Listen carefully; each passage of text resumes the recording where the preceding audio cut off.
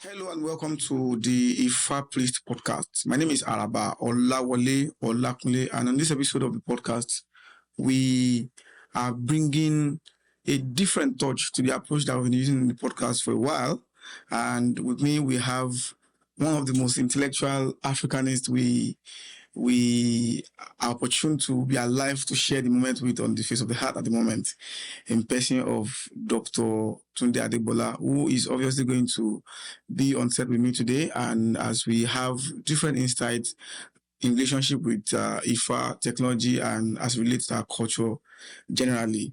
The IFA podcast is a podcast that helps us with the intersection between culture and the stereotypes within culture and our traditions. And over time, we've been able to inform people, give people information that can help them take informed decisions about cultural activities and the cultural norms and all whatnot. There are so many stereotypes that are accrued to African, tradition, our culture, and most importantly, our spirituality also. And like you would say, our science.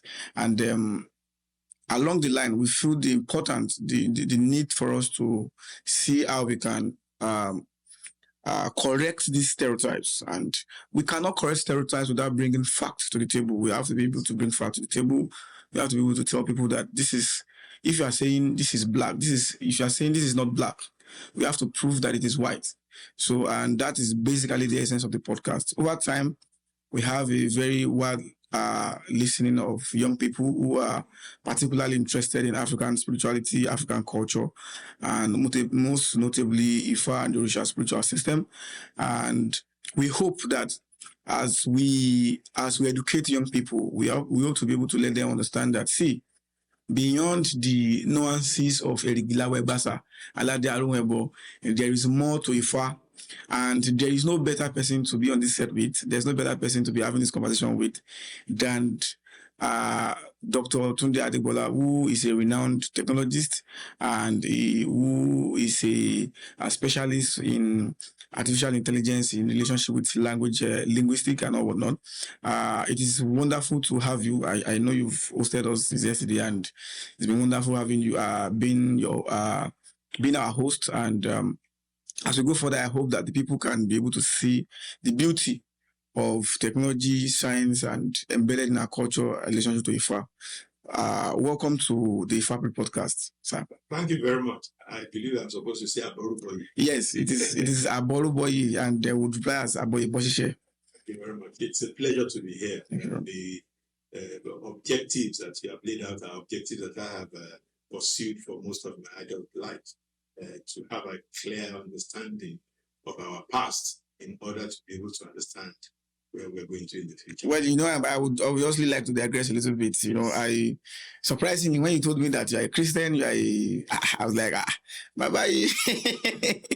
So obviously the theme of the podcast is to be able to let young people see the intersection between the esoteric knowledge of Ifa and technology, the knowledge embedded in our culture. I refer to the word culture because within the Yoruba culture has Ifa as its core, and the esoteric knowledge, we call it esoteric, like you rightly said sometimes back, that in TIWA ni Uru is the scientific tenet of what the Ogberis call Uru to us. To we, the Awus, is the science and the technology of our practice.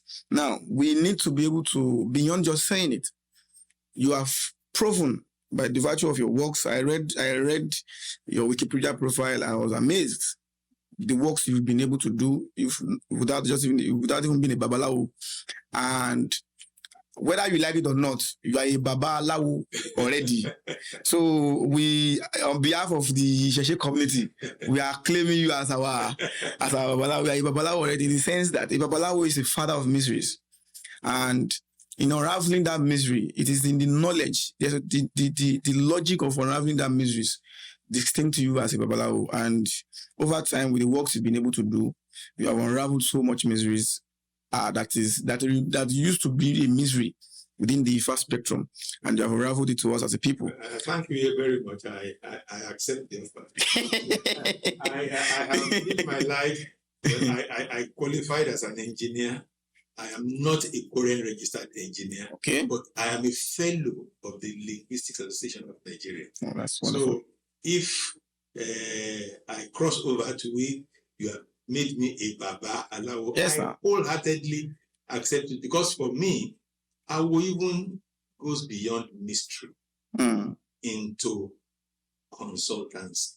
Because when you consult somebody, you tell the person your private, give the person your private information so that he has access to be able to advise you appropriately.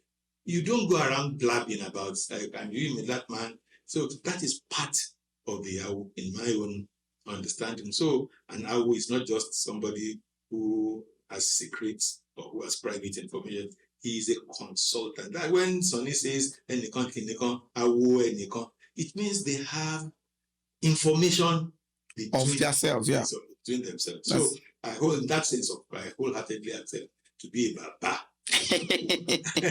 Where will you come? I'm a Christian, and I always put that color on my mask so that people don't misunderstand me. I don't think I am trying to play some tricks. I am a Christian, I'm born again. In fact, I'm a pastor in my church, and that is a part of me. I am very proud of that. I hold on tightly to.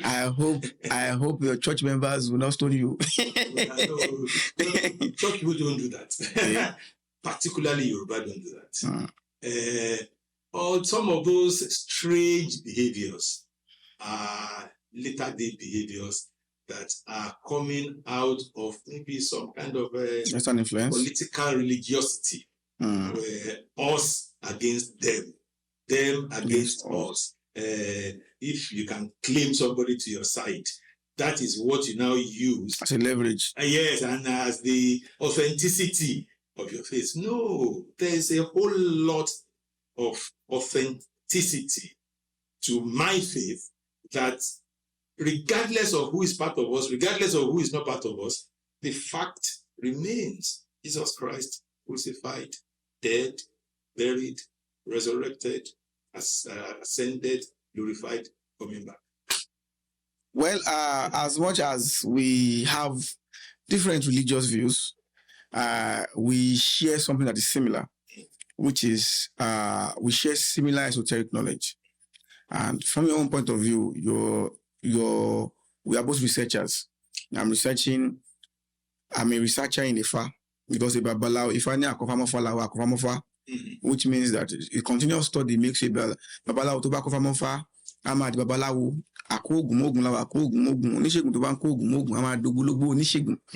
which means that it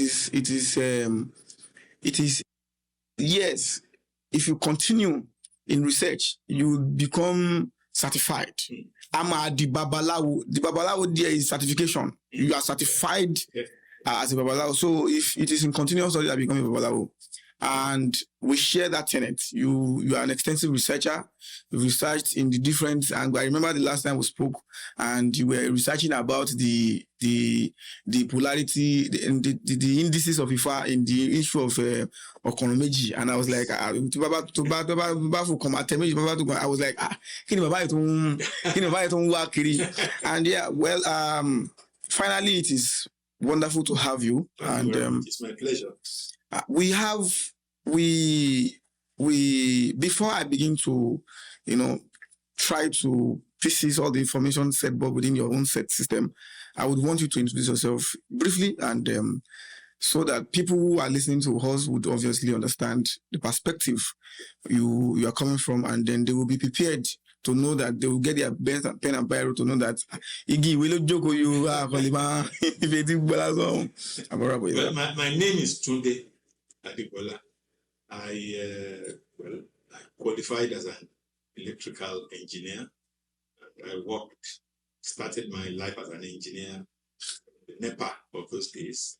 Then I went into broadcast engineering, worked in radio, worked in television. Then I took time off to go and study computer science. First of all, did a diploma in computer science, the University of Lagos in 1983-84. Then I resigned my appointment in the public service and formed a company which I called TIWA Systems. In a sense, technology TIWA, which is an acronym for technological innovations for West Africa. So that was my goal when I set up TIWA in 1985.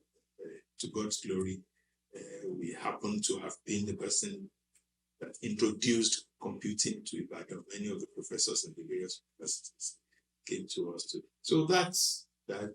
But then I went on, and when it became clear that broadcasting was also going in the direction of computing in the mid-80s, I then saw the opportunity to help what is now called Nollywood to develop. So I went to Lagos, stayed in Lagos for years, helping production companies like Media International, of the late Tunde Adegbola, Clink Studios, Kingsley Oboro, Mainframe Film and Television, Tunde Kelani, Cinecraft, Walefano, to build up the technology base of Nollywood. Later on, I got the commission to build some of the earliest private television stations in Nigeria, including channels, where I consulted for channels at the beginning of their building the station,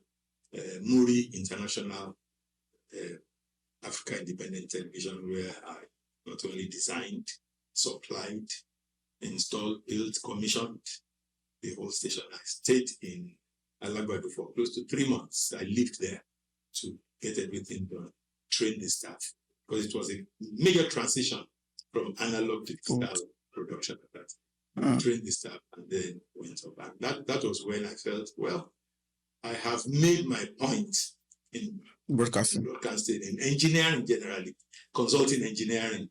I now want to go and pursue my first love, which is language. By that time, it was beginning to appear that we are going into the information age. And in Yoruba, we say, anywhere you Yoruba, which I translate into English as the clairvoyant has responsibility. If you see ahead, you have a responsibility to ensure. And failure to take that responsibility is going to be disastrous. Yes. So when I saw that coming, I said, well, we are going to an information age. And then determined, not on my watch, will an African have to go and learn a foreign language in order to be part of the information age? So that's how I got to things like speech synthesis, speech recognition, machine translation, all the various technologies that are needed to ensure that Africans can take part in the information age as Africans. And I decided strategically the way to do it is to produce first and foremost the human resource needed for them. So that's why I then went and studied for a PhD so that universities can accept. And since then, I've been working with various universities to develop capacity in human language technology, computational linguistics, natural language processing. And to the glory of God, the University of Ibadan started its program in computational linguistics this year. It's wonderful. Worked with the University of Ibadan, University of Lagos, Babalawo University, did a small stint with Lead City University. So I've been around many of the universities, and as of today, without any university in Nigeria having a program in any of these areas, human language technology, computational linguistics, natural language processing, I have succeeded in producing 5 PhDs in the area. Well, when we had our conversation yesterday, you made mention of something like regards to the advent of languages, and you were talking about oral languages. We're talking about in the FAR system, knowledge is passed down orally, and that is a scientific tenet on its own. when knowledge is being passed down orally, decoding it, there are tenets to decode it, and those are the things that we learn as a Babalawo to now.